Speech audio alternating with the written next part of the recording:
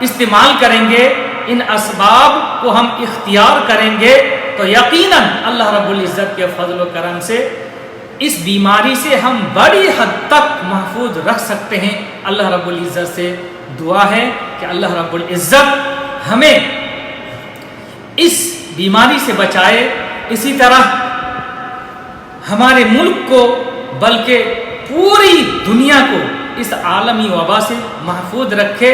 اللہ رب العزت ہمیں خیر کی توفیق عطا فرمائے، اللہ رب العزت ہمیں عمل صالح کی توفیق عطا فرمائے، اللہ رب العزت جب تک ہمیں اس دنیا میں زندہ رکھے، صحیح ایمان صحیح عقیدے پر قائم رکھے، اور جب بھی اللہ رب العزت ہمیں اس دنیا سے اٹھائے تو اس وقت ہماری زبان کا آخری کلمہ کلمہ توحید ہو، کلمہ لا الہ الا اللہ ہو، اور ہمارا خاتمہ بالخیر ہو۔ وصلی اللہ علی نبینا محمد وعلی آلہ وصحبہ اجمعین۔